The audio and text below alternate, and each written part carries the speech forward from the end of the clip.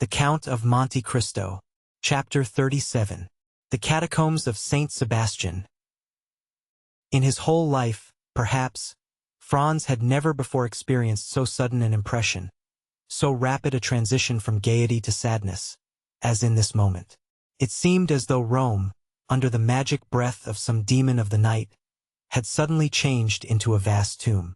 By a chance, which added yet more to the intensity of the darkness, the moon, which was on the wane, did not rise until 11 o'clock, and the streets which the young man traversed were plunged in the deepest obscurity.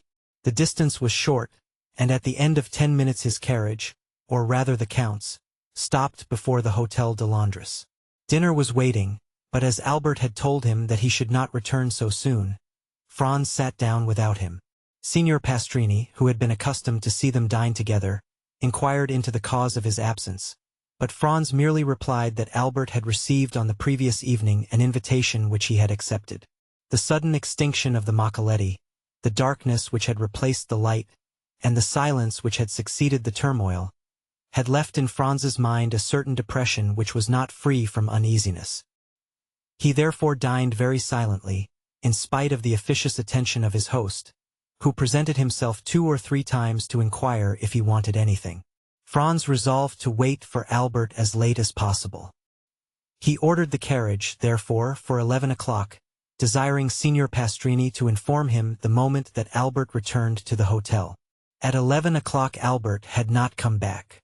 Franz dressed himself and went out, telling his host that he was going to pass the night at the Duke of Bracciano's.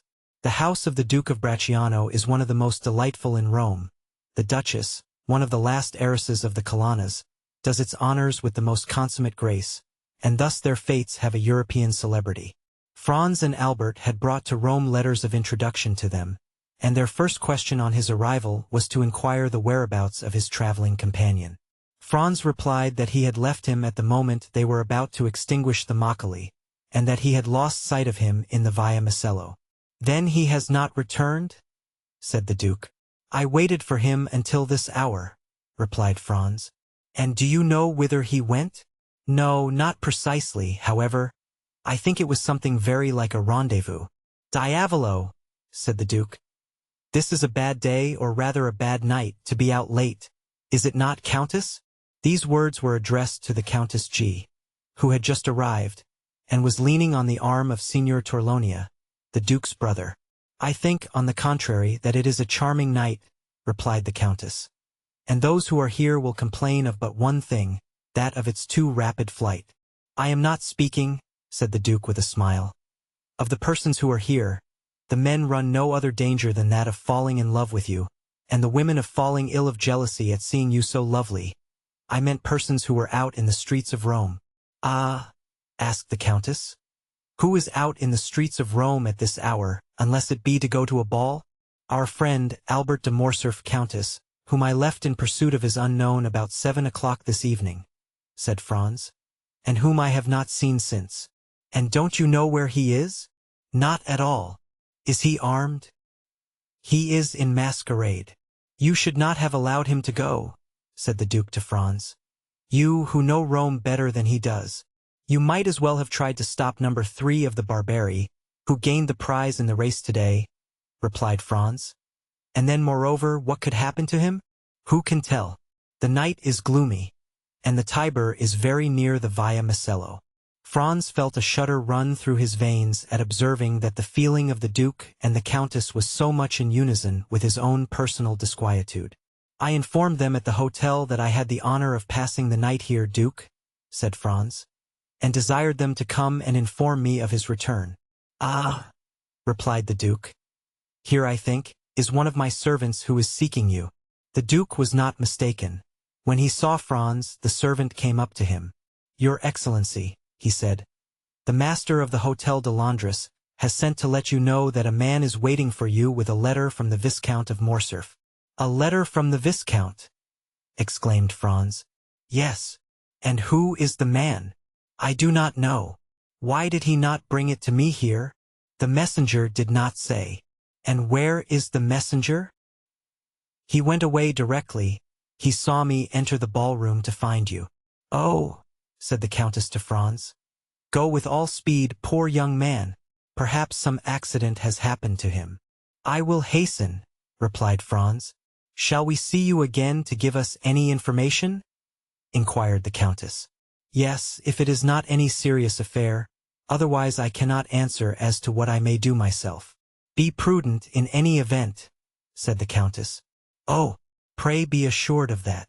Franz took his hat and went away in haste. He had sent away his carriage with orders for it to fetch him at 2 o'clock. Fortunately the Palazzo Bracciano, which is on one side in the Corso, and on the other in the Square of the Holy Apostles, is hardly 10 minutes' walk from the Hotel de Londres. As he came near the hotel, Franz saw a man in the middle of the street. He had no doubt that it was the messenger from Albert. The man was wrapped up in a large cloak. He went up to him, but, to his extreme astonishment, the stranger first addressed him. "What wants your excellency of me?" inquired the man, retreating a step or two, as if to keep on his guard. "Are not you the person who brought me a letter?" inquired Franz. "From the Viscount of Morcerf?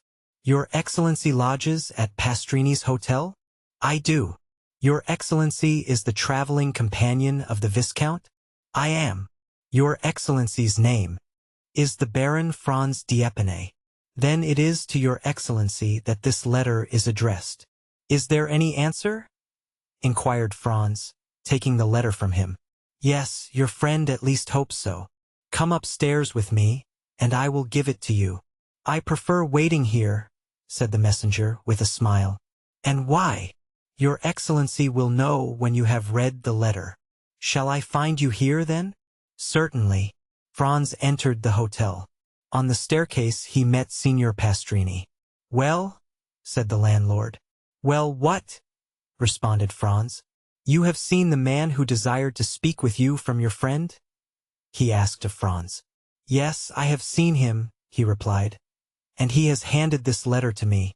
Light the candles in my apartment, if you please." The innkeeper gave orders to a servant to go before Franz with a light. The young man had found Signor Pastrini looking very much alarmed, and this had only made him the more anxious to read Albert's letter, and so he went instantly towards the waxlight and unfolded it. It was written and signed by Albert. Franz read it twice before he could comprehend what it contained. It was thus worded: "My dear fellow, the moment you have received this, have the kindness to take the letter of credit from my pocketbook, which you will find in the square drawer of the secrétaire. Add your own to it, if it be not sufficient. Run to Torlonia, draw from him instantly 4,000 piasters, and give them to the bearer. It is urgent that I should have this money without delay. I do not say more, relying on you as you may rely on me. Your friend, Albert de Morcerf. P.S. I now believe in Italian banditti." Below these lines were written, in a strange hand, the following in Italian: "Se all'esse della mattina le 4.000 piastre non sono nelle mie mani. Alla sed il Conte Alberto aver cessato di vivere. Luigi Vampa." If by 6 in the morning the 4,000 piastres are not in my hands, by 7 o'clock the Count Albert will have ceased to live. This second signature explained everything to Franz, who now understood the objection of the messenger to coming up into the apartment. The street was safer for him. Albert, then, had fallen into the hands of the famous bandit chief, in whose existence he had for so long a time refused to believe. There was no time to lose. He hastened to open the secrétaire and found the pocketbook in the drawer, and in it the letter of credit. There were in all 6,000 piasters, but of these 6,000 Albert had already expended 3,000. As to Franz, he had no letter of credit, as he lived at Florence, and had only come to Rome to pass 7 or 8 days. He had brought but 100 louis, and of these he had not more than 50 left. Thus 700 or 800 piasters were wanting to them both to make up the sum that Albert required. True, he might in such a case rely on the kindness of Signor Torlonia. He was, therefore, about to return to the Palazzo Bracciano without loss of time, when suddenly a luminous idea crossed his mind. He remembered the Count of Monte Cristo. Franz was about to ring for Signor Pastrini, when that worthy presented himself. "My dear sir," he said hastily, "do you know if the Count is within?" "Yes, your excellency. He has this moment returned." "Is he in bed?" I should say no. Then ring at his door, if you please, and request him to be so kind as to give me an audience. Signor Pastrini did as he was desired, and returning 5 minutes after, he said, "The Count awaits your Excellency." Franz went along the corridor, and a servant introduced him to the Count. He was in a small room which Franz had not yet seen, and which was surrounded with divans. The Count came towards him. "Well, what good wind blows you hither at this hour?" said he. "Have you come to sup with me? It would be very kind of you." "No, I have come to speak to you of a very serious matter." "A serious matter," said the Count, looking at Franz with the earnestness usual to him. "And what may it be? Are we alone?" "Yes," replied the Count, going to the door and returning. Franz gave him Albert's letter. "Read that," he said. The Count read it. "Well, well," said he. "Did you see the postscript?" "I did, indeed. Se alle della mattina le 4.000 piastre non sono nelle mie mani. Alla sed il Conte Alberto aver cessato di vivere. Luigi Vampa." "What think you of that?" inquired Franz. "Have you the money he demands?" "Yes, all but 800 piastres."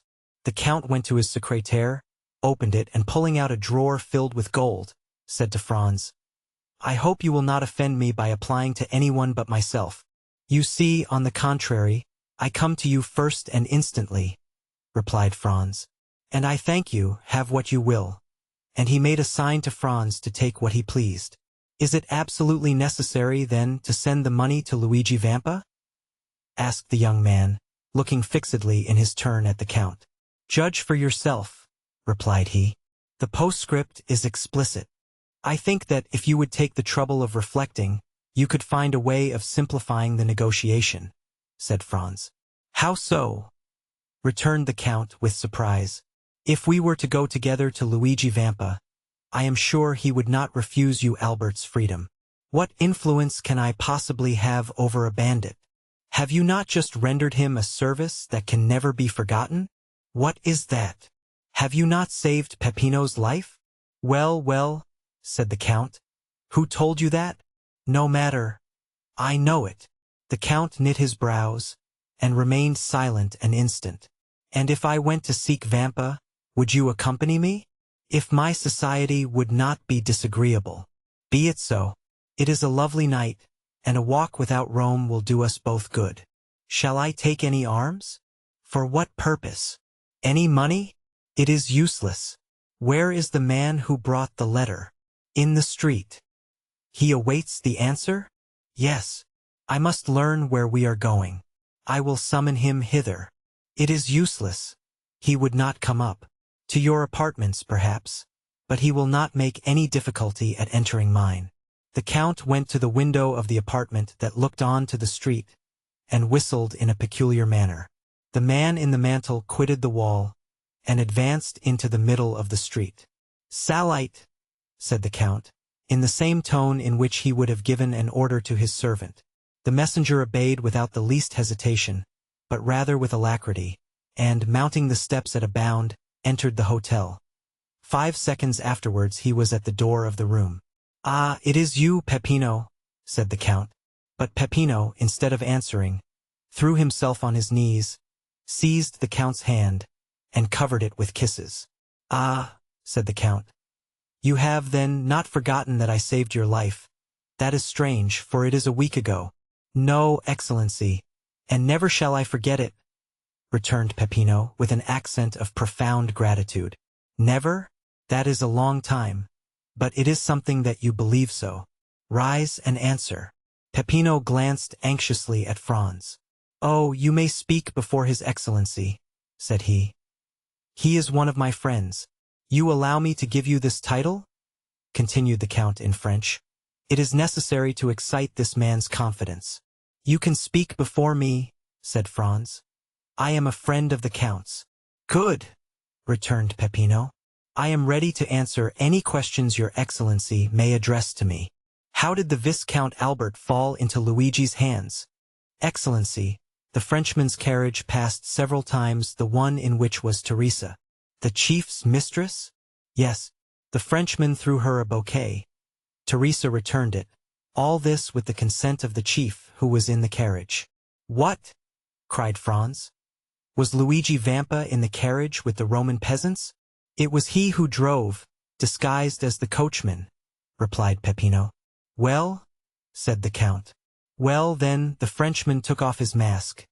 Teresa, with the chief's consent, did the same. The Frenchman asked for a rendezvous. Teresa gave him one. Only, instead of Teresa, it was Beppo who was on the steps of the church of San Giacomo." "What?" exclaimed Franz. "The peasant girl who snatched his mocoletto from him was a lad of 15, replied Peppino. "But it was no disgrace to your friend to have been deceived. Beppo has taken in plenty of others." "And Beppo led him outside the walls?" said the Count. "Exactly so. A carriage was waiting at the end of the Via Macello. Beppo got in, inviting the Frenchman to follow him, and he did not wait to be asked twice. He gallantly offered the right-hand seat to Beppo, and sat by him. Beppo told him he was going to take him to a villa a league from Rome. The Frenchman assured him he would follow him to the end of the world. The coachman went up the Via di Ripetta and the Porta San Paolo, and when they were 200 yards outside, as the Frenchman became somewhat too forward, Beppo put a brace of pistols to his head. The coachman pulled up and did the same.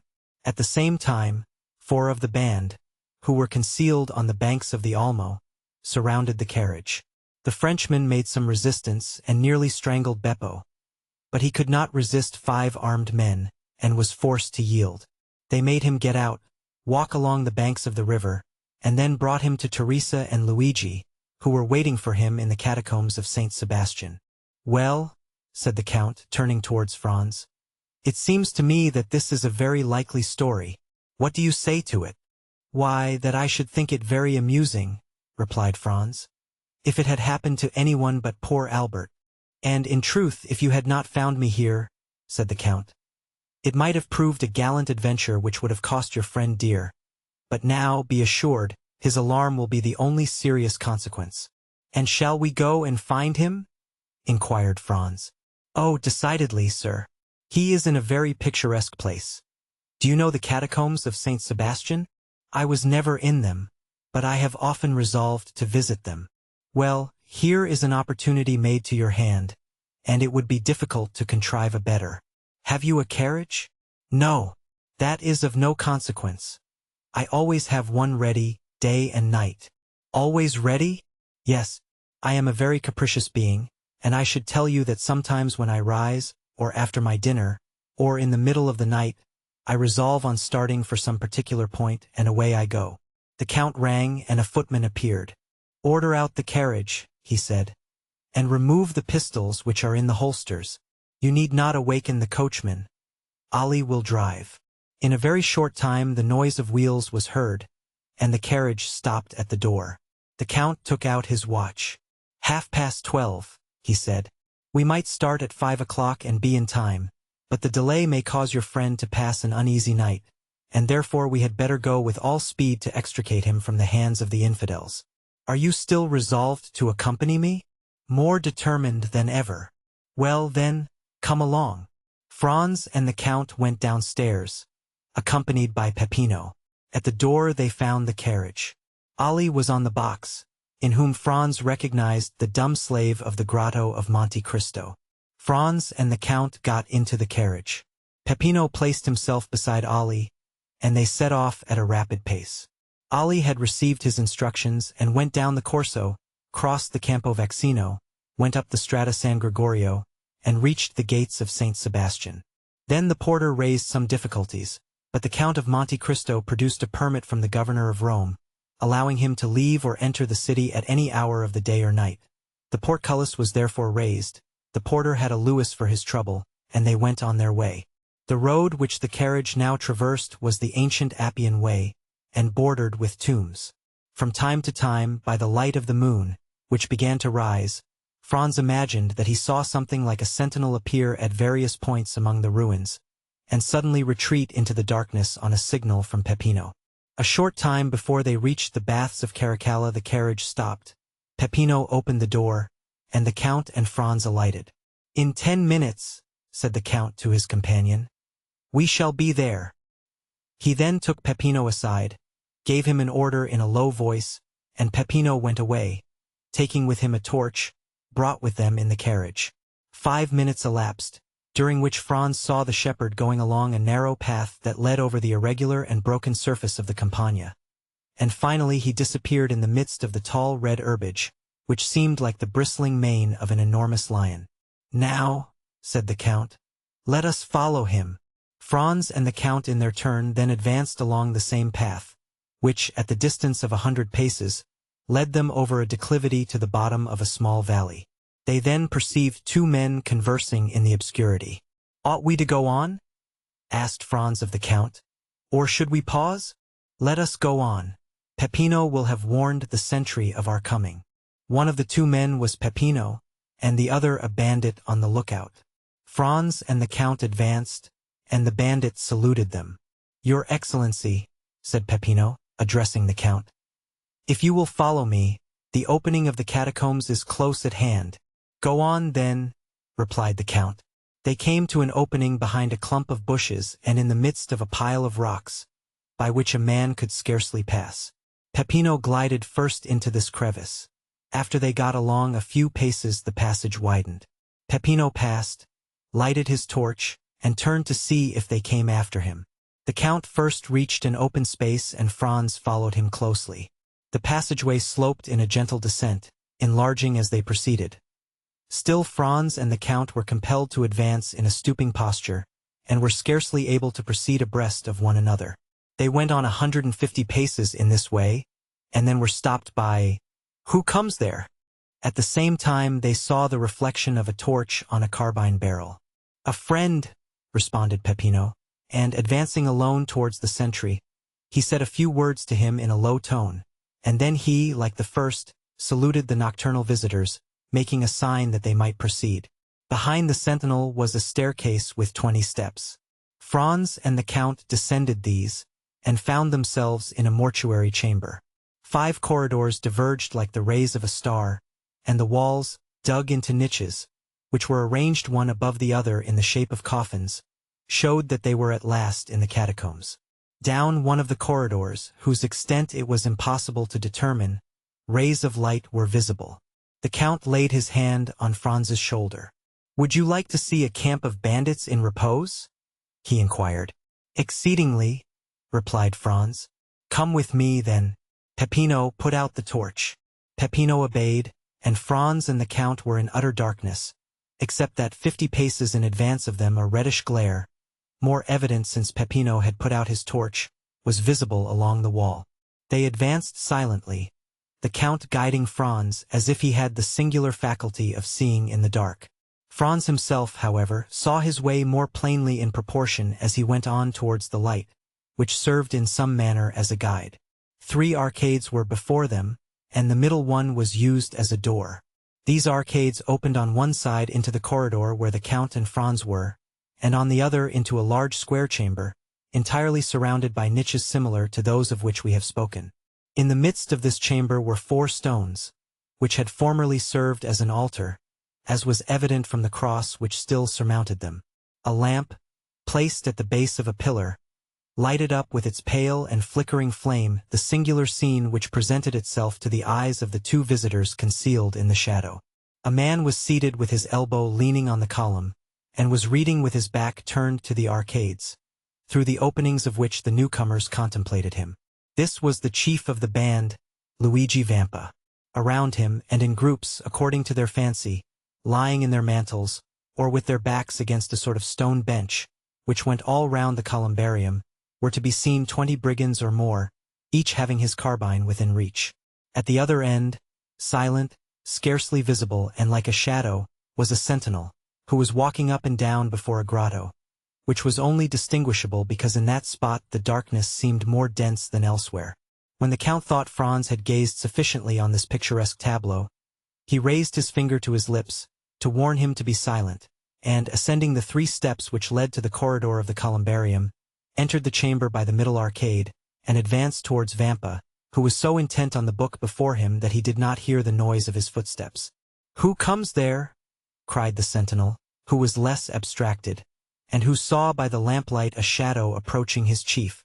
At this challenge, Vampa rose quickly, drawing at the same moment a pistol from his girdle. In a moment all the bandits were on their feet, and 20 carbines were leveled at the Count. "Well," said he in a voice perfectly calm, and no muscle of his countenance disturbed. "Well, my dear Vampa, it appears to me that you receive a friend with a great deal of ceremony." "Ground arms," exclaimed the chief, with an imperative sign of the hand, while with the other he took off his hat respectfully. Then, turning to the singular personage who had caused this scene, he said, "Your pardon, your excellency, but I was so far from expecting the honor of a visit that I did not really recognize you." "It seems that your memory is equally short in everything, Vampa," said the Count, "and that not only do you forget people's faces, but also the conditions you make with them." "What conditions have I forgotten, your excellency?"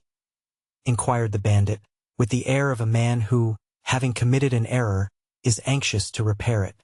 "Was it not agreed," asked the Count, "that not only my person, but also that of my friends, should be respected by you?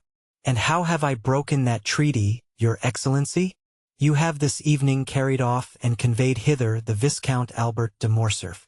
"Well," continued the Count in a tone that made Franz shudder, "this young gentleman is one of my friends. This young gentleman lodges in the same hotel as myself. This young gentleman has been up and down the Corso for 8 hours in my private carriage, and yet, I repeat to you, you have carried him off and conveyed him hither and," added the Count, taking the letter from his pocket, "you have set a ransom on him as if he were an utter stranger." "Why did you not tell me all this, you?" inquired the brigand chief, turning towards his men, who all retreated before his look. "Why have you caused me thus to fail in my word towards a gentleman like the Count, who has all our lives in his hands? By heavens, if I thought one of you knew that the young gentleman was the friend of his excellency, I would blow his brains out with my own hand." "Well," said the Count, turning towards Franz, "I told you there was some mistake in this." "Are you not alone?" asked Vampa with uneasiness. "I am with the person to whom this letter was addressed, and to whom I desired to prove that Luigi Vampa was a man of his word. Come, your excellency," the Count added, turning to Franz. "Here is Luigi Vampa, who will himself express to you his deep regret at the mistake he has committed." Franz approached, the chief advancing several steps to meet him. "Welcome among us, your excellency," he said to him. "You heard what the Count just said, and also my reply. Let me add that I would not for the 4,000 piastres at which I had fixed your friend's ransom, that this had happened." "But," said Franz, looking round him uneasily, "where is the Viscount? I do not see him." "Nothing has happened to him, I hope," said the Count frowningly. "The prisoner is there," replied Vampa, pointing to the hollow space in front of which the bandit was on guard. "And I will go myself and tell him he is free." The chief went towards the place he had pointed out as Albert's prison, and Franz and the Count followed him. "What is the prisoner doing?" inquired Vampa of the sentinel. "Ma foi, captain," replied the sentry. "I do not know. For the last hour I have not heard him stir." "Come in, your excellency," said Vampa. The Count and Franz ascended 7 or 8 steps after the chief, who drew back a bolt and opened a door. Then, by the gleam of a lamp, similar to that which lighted the columbarium, Albert was to be seen wrapped up in a cloak which one of the bandits had lent him, lying in a corner in profound slumber. "Come," said the Count, smiling with his own peculiar smile. "Not so bad for a man who is to be shot at 7 o'clock tomorrow morning." Vampa looked at Albert with a kind of admiration. He was not insensible to such a proof of courage. "You are right, your excellency," he said. "This must be one of your friends." Then going to Albert, he touched him on the shoulder, saying, "Will your excellency please to awaken?" Albert stretched out his arms, rubbed his eyelids, and opened his eyes.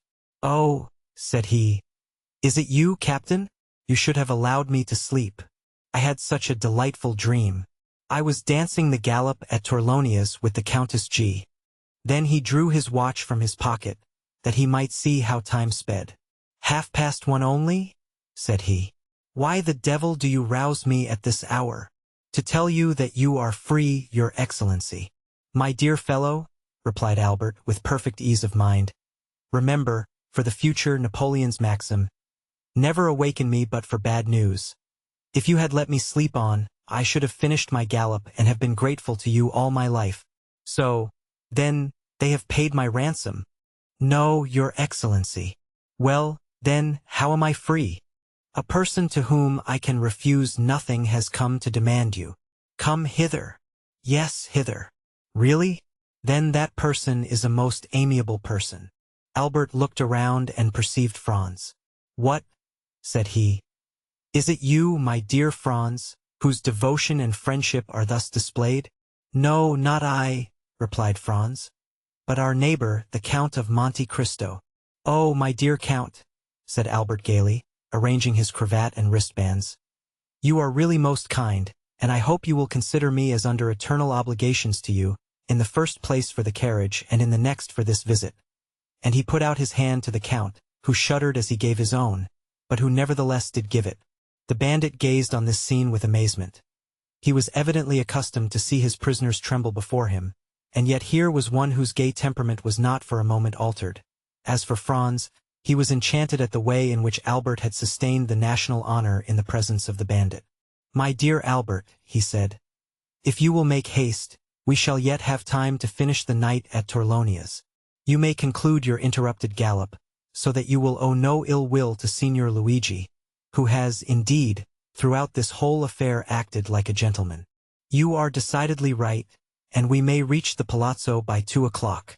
Signor Luigi, continued Albert, is there any formality to fulfill before I take leave of Your Excellency? None, sir, replied the bandit. You are as free as air. Well then, a happy and merry life to you. Come, gentlemen, come. And Albert, followed by Franz and the Count, descended the staircase, crossed the square chamber, where stood all the bandits, hat in hand. Peppino, said the brigand chief, give me the torch. What are you going to do? Inquired the Count. I will show you the way back myself, said the captain. That is the least honor that I can render to Your Excellency. And taking the lighted torch from the hands of the herdsman, he preceded his guests, not as a servant who performs an act of civility, but like a king who precedes ambassadors. On reaching the door he bowed. And now, Your Excellency, added he, allow me to repeat my apologies, and I hope you will not entertain any resentment at what has occurred. No, my dear Vampa, replied the Count. Besides, you compensate for your mistakes in so gentlemanly a way that one almost feels obliged to you for having committed them. Gentlemen, added the chief, turning towards the young men, perhaps the offer may not appear very tempting to you, but if you should ever feel inclined to pay me a second visit, wherever I may be, you shall be welcome. Franz and Albert bowed. The Count went out first, then Albert. Franz paused for a moment. Has Your Excellency anything to ask me? Said Vampa with a smile. Yes, I have, replied Franz. I am curious to know what work you were perusing with so much attention as we entered. Caesar's Commentaries, said the bandit. It is my favorite work. Well, are you coming? Asked Albert. Yes, replied Franz. Here I am. And he, in his turn, left the caves. They advanced to the plain. Ah, your pardon, said Albert, turning round. Will you allow me, Captain? And he lighted his cigar at Vampa's torch. Now, my dear Count, he said, let us on with all the speed we may. I am enormously anxious to finish my night at the Duke of Bracciano's. They found the carriage where they had left it. The Count said a word in Arabic to Ali, and the horses went on at great speed. It was just 2 o'clock by Albert's watch when the two friends entered into the dancing room. Their return was quite an event, but as they entered together, all uneasiness on Albert's account ceased instantly. Madame, said the Viscount of Morcerf, advancing towards the Countess, yesterday you were so condescending as to promise me a gallop. I am rather late in claiming this gracious promise, but here is my friend, whose character for veracity you well know, and he will assure you the delay arose from no fault of mine. And as at this moment the orchestra gave the signal for the waltz, Albert put his arm round the waist of the Countess, and disappeared with her in the whirl of dancers. In the meanwhile Franz was considering the singular shudder that had passed over the Count of Monte Cristo at the moment when he had been, in some sort, forced to give his hand to Albert.